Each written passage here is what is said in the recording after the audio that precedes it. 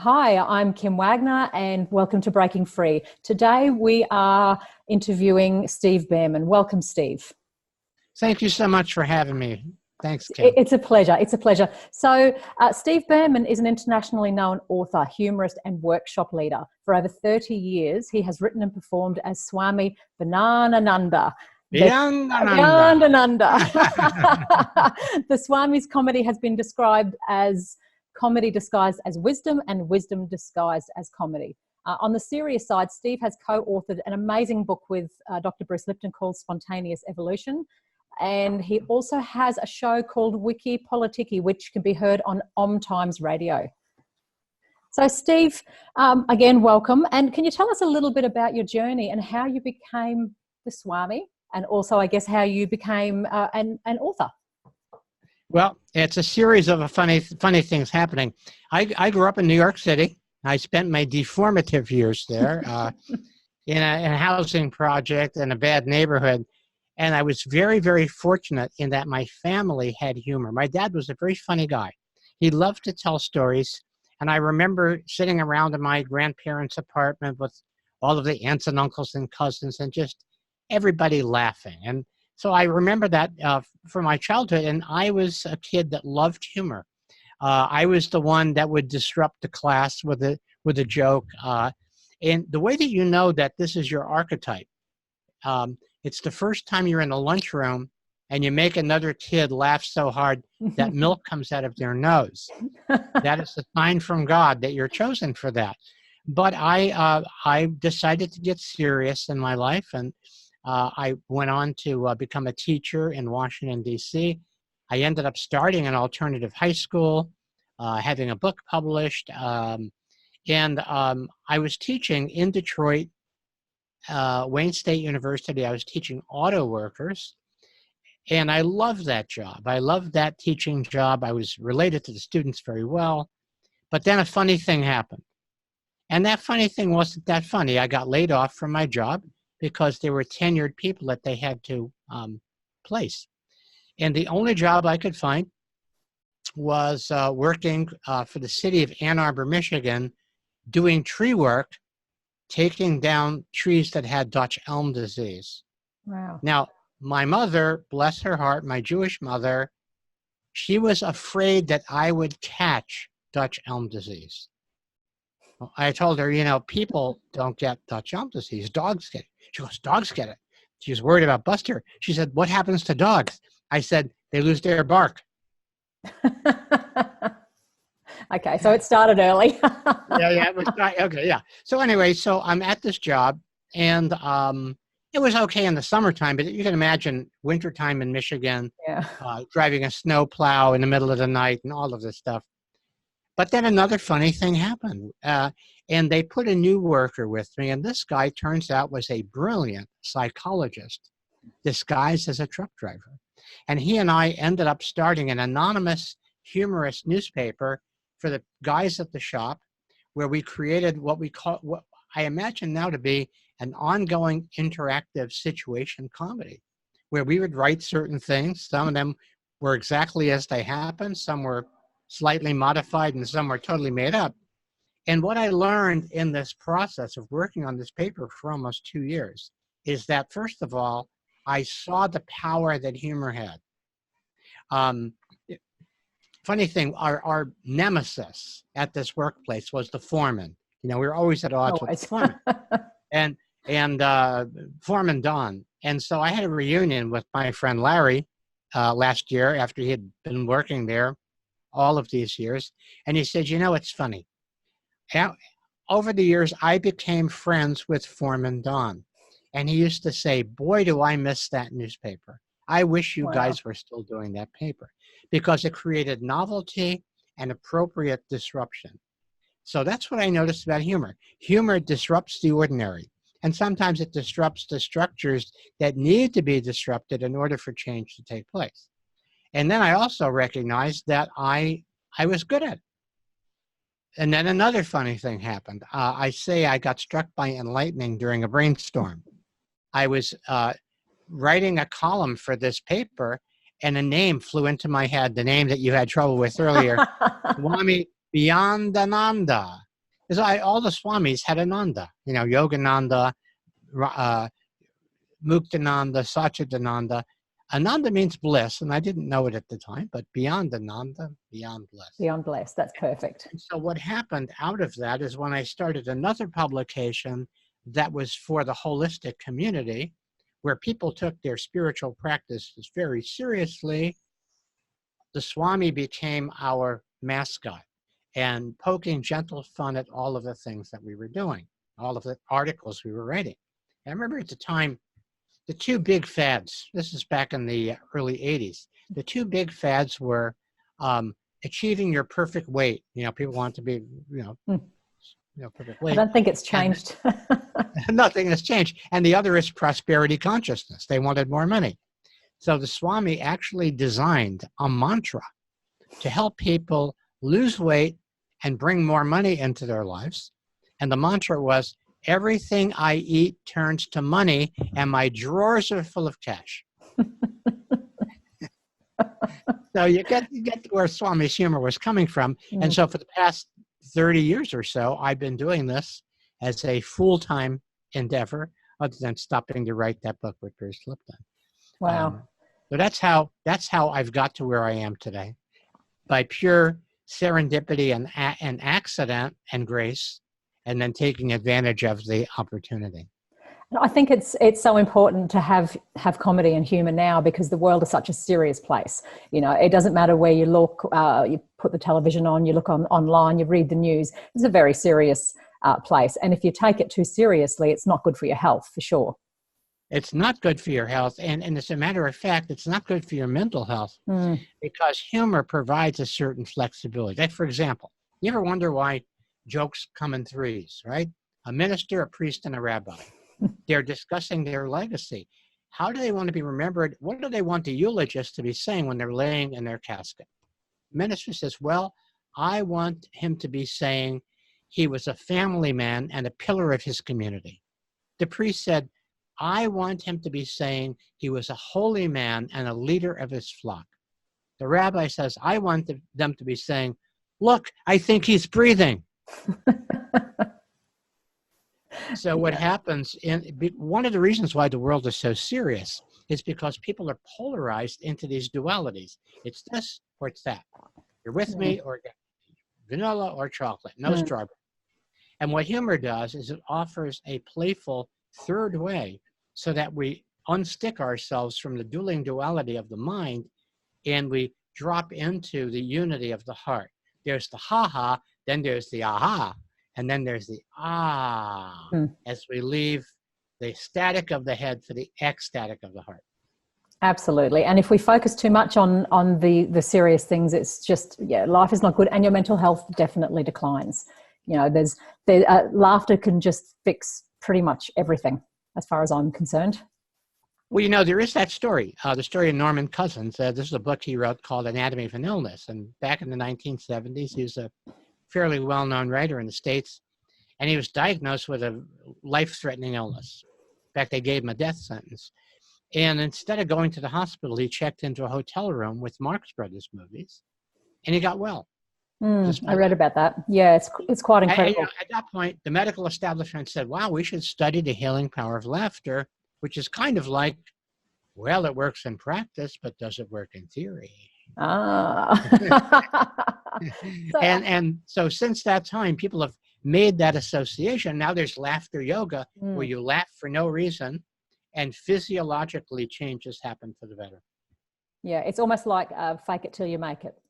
Just keep laughing and laughing and laughing. Yeah, I mean the healing benefits of laughing. You know, in particular, like it lowers your blood pressure. It helps with your stress hormones. Improves your cardiac health. Boosts your T cells, which is a big thing, which is to do with your immune system. I mean, in today's toxic environment, we can certainly all do with that. And it also releases endorphins. So, you know, the feel good. So a little bit of laughter can actually keep you going and boost your immunity for quite some hours. Even smiling, even doing this, like this. I don't feel like doing this. I'm in a lousy mood. But when you do this, by simply changing your physiology on your face, they call it the levitational pull. Gravity's doing this, levity's doing that. And when you do that, you actually change your body's biochemical secretions. Your hormones change. You begin. This is the beginning of endorphins and so on. And as the Swami tells you, laughing lowers the blood pressure because when we laugh, it causes our blood vessels to dilate, which of course is better than having them die early. Swami's a very smart man.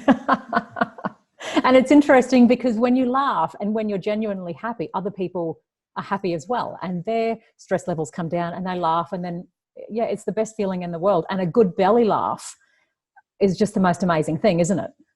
It is. One of my favorite stories, if I could tell a favorite story, this is something to me that actually was a profound healing that took place. And it was during one of the most grave, serious, stressful times on the planet when the United States and the Soviet Union were involved in the Cuban Missile Crisis. Closest we come to blowing ourselves up so far. So far. And there's still time. It turns out that at the time there were economists from America and the Soviet Union meeting to discuss the possibility of trade between the two countries. And when news of the missile crisis hit, everything stopped.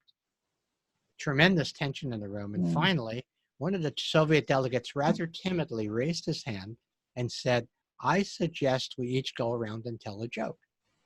He volunteered to start. His joke was, what's the difference between capitalism and communism?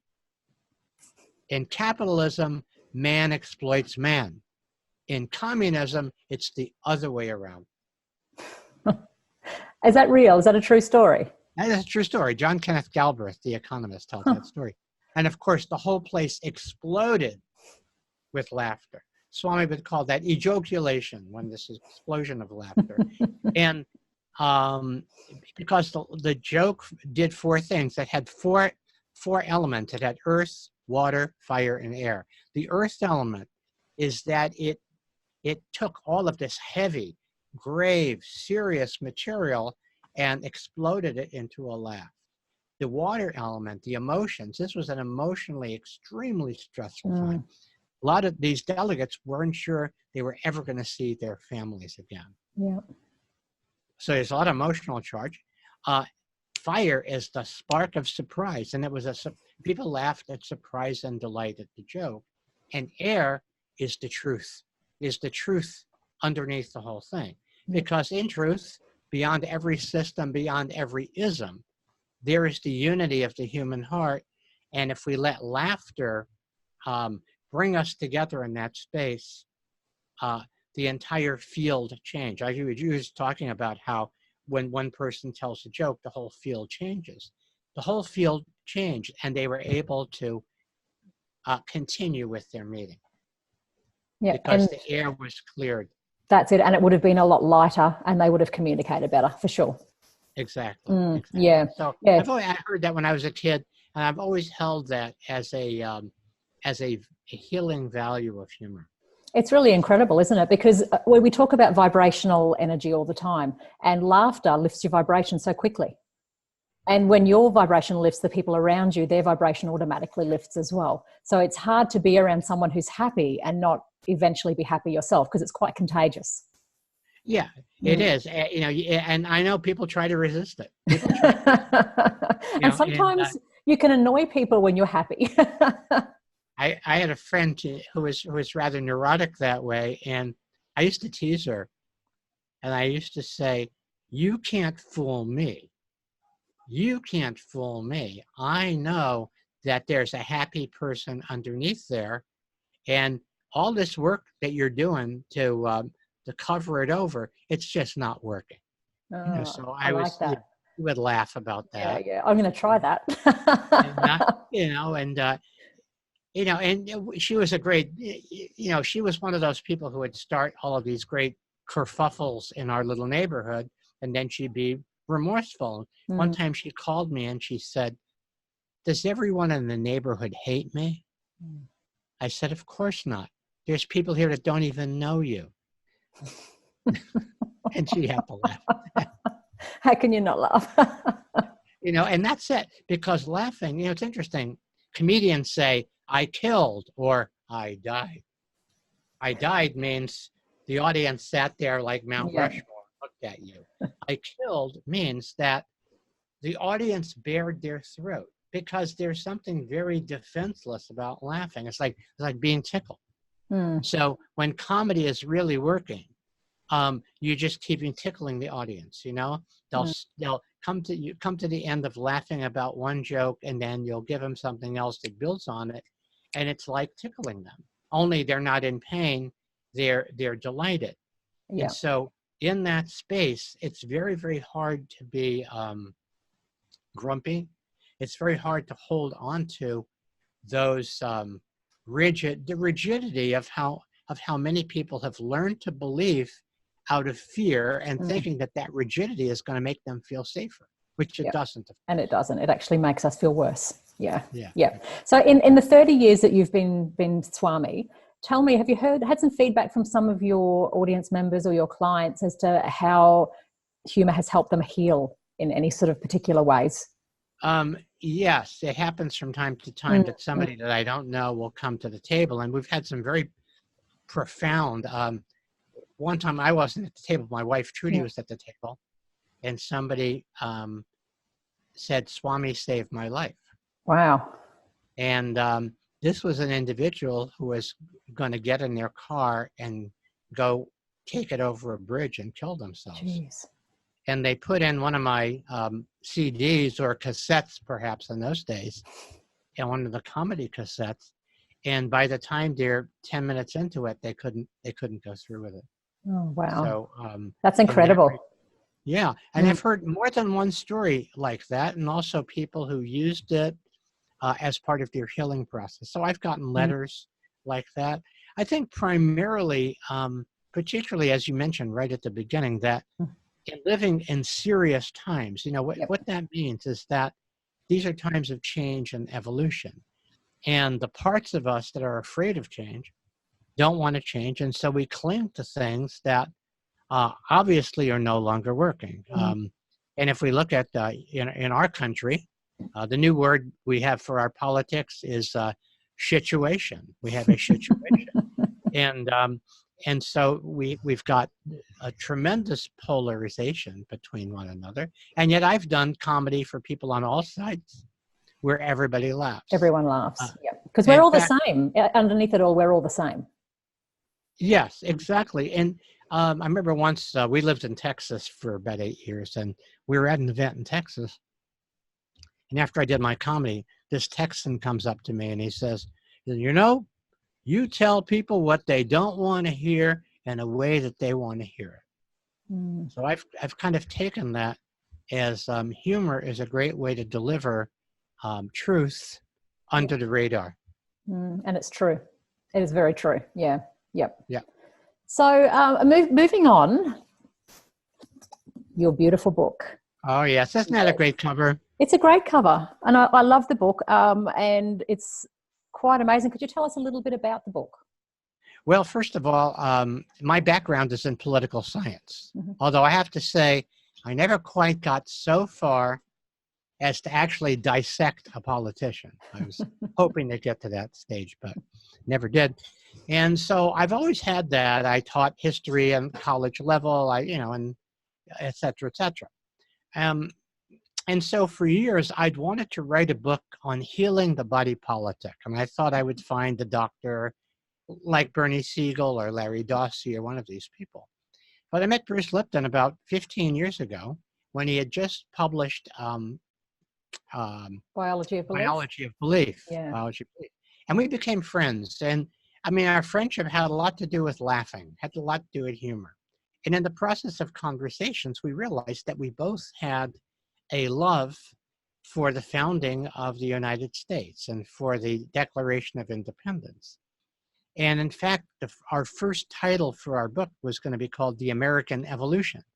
But Bruce teaches for 3 months in New Zealand and realized that it had to be a worldwide conversation.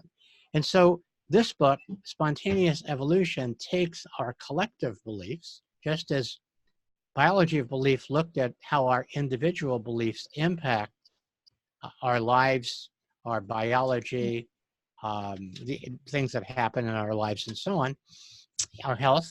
And now with this book, we looked at how our collective beliefs have put us where we are now, and what a new paradigm would look like. And it turns out that evolution is pointing us to a new paradigm, because every phase of evolution involves greater awareness and greater connection and community. The next phase of human evolution is not going to be growing a bigger brain or another limb. It's going to be recognizing that we're all cells in this superorganism called humanity.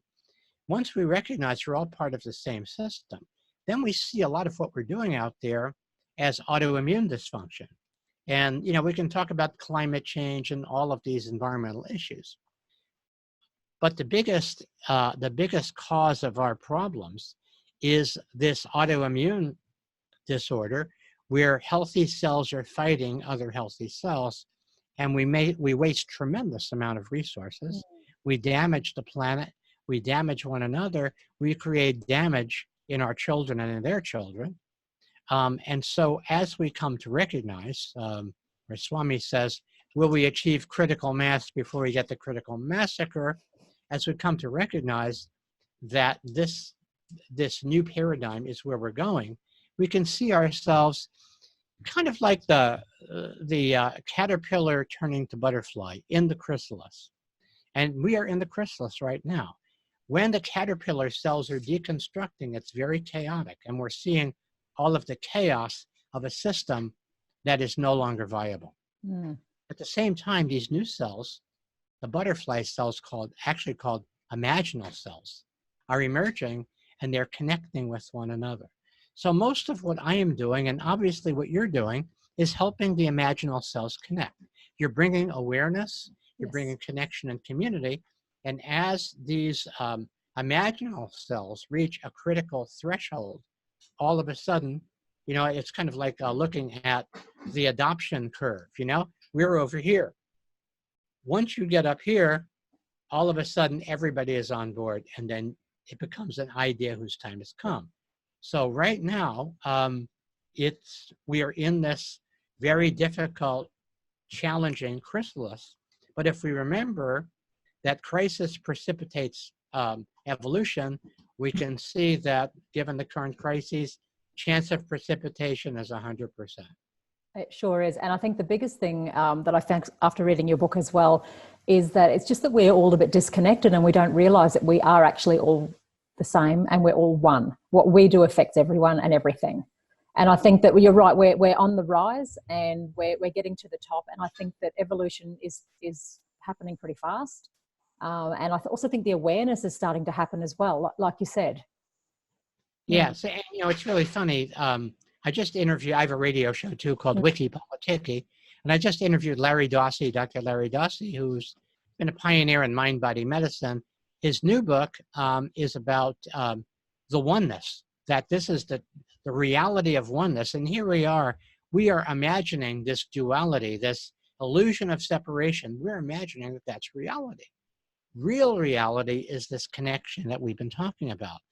And even though it's been almost 120 years since Albert Einstein came out with his theory of evolution, and that quantum physics is showing that everything really is related, our institutions of society are very Newtonian, equal and opposite forces banging against one another. And so part of what I call the great upwising, where we wake up and wise up, we wake up to how we've been hoodwinked into this delusion of separation, and we wise up to how, in working together, we are actually have the opportunity to use our resources more resourcefully and our intelligence more intelligently. There was something that happened here in the States 2 years ago that I think is a wonderful metaphor. Out off the coast of Florida, there was a family that was stranded in the riptide, and they couldn't swim back in. They were going to drown. So the people on the beach made a human chain, hand by hand by hand by hand, till they could reach them and pull them to safety. Now, I don't imagine that the people who are on this human chain are talking to each other going, excuse me, are you a Democrat or a Republican? Are you a Christian? Are you none of that stuff? Basically, they were all pulling together in the same direction. So instead of the tug of war that we've been doing out of habit, out of fear, out of programming, and out of the fact that it benefits those people who actually are in charge, it benefits the elites when we do that.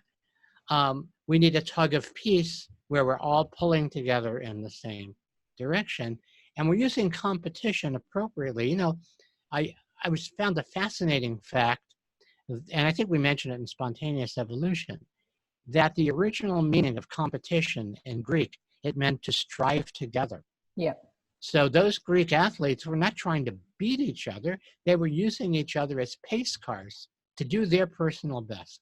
So what if we lived in a society where nobody was trying to outdo somebody else, but rather everybody was striving to do their personal best and having faith and courage, recognizing that with everybody doing that, that things will find their appropriate way and people would not have to be working in these enslavement jobs that they hate, that they could be doing much more of what they're really here to do, and that the world would run more smoothly if we weren't using 60 to 70% of our resources to protect ourselves against one another.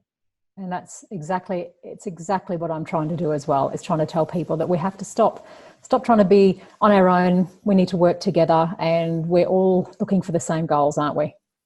Yeah, we are. We're all trying to get the same place. Yeah. Yep. Yeah. So that's the cosmic joke if you look at it from a big enough perspective, it's funny that here we are, here in the States, there's this whole thing about pursuit of happiness. And you look at people, you go, wow, they must have run right past it.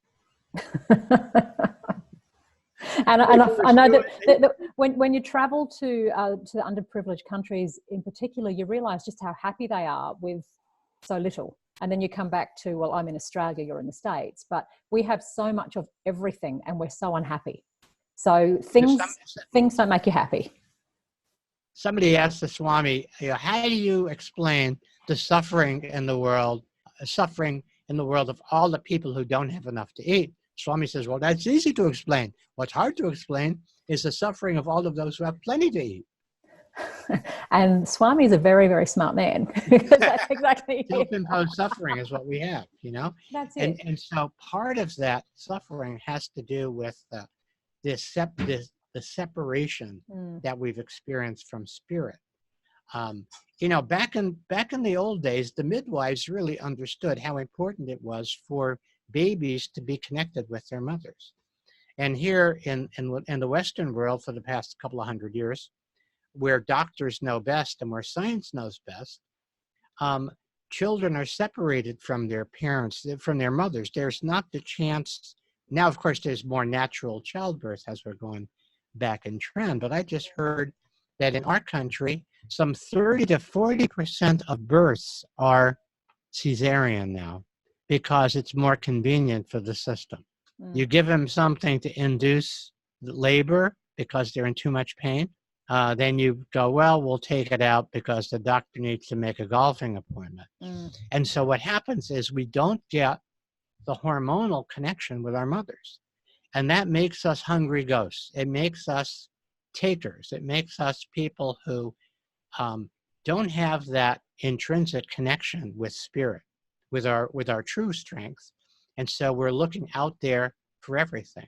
We're looking out there for love. We're looking out there for money. We're looking out there for approval. We're looking out there for all sorts of things that cause us to not be able to generate happiness on our own. Then even when we do get what we think we want, we're still not happy. Well, because we need to be looking in here to be happy. It's in here. Yeah. Oh, Steve, thank you so much for your time today. It's been a fantastic conversation and I could go on for hours with you. Okay. So, I appreciate you tapping me. And the Swami says that he would love to come do a tour in Australia as soon as he overcomes his fear of walking upside down. Oh, wonderful. Well, thank you so much, Steve, and thank you, Swami. Thank you, Kim.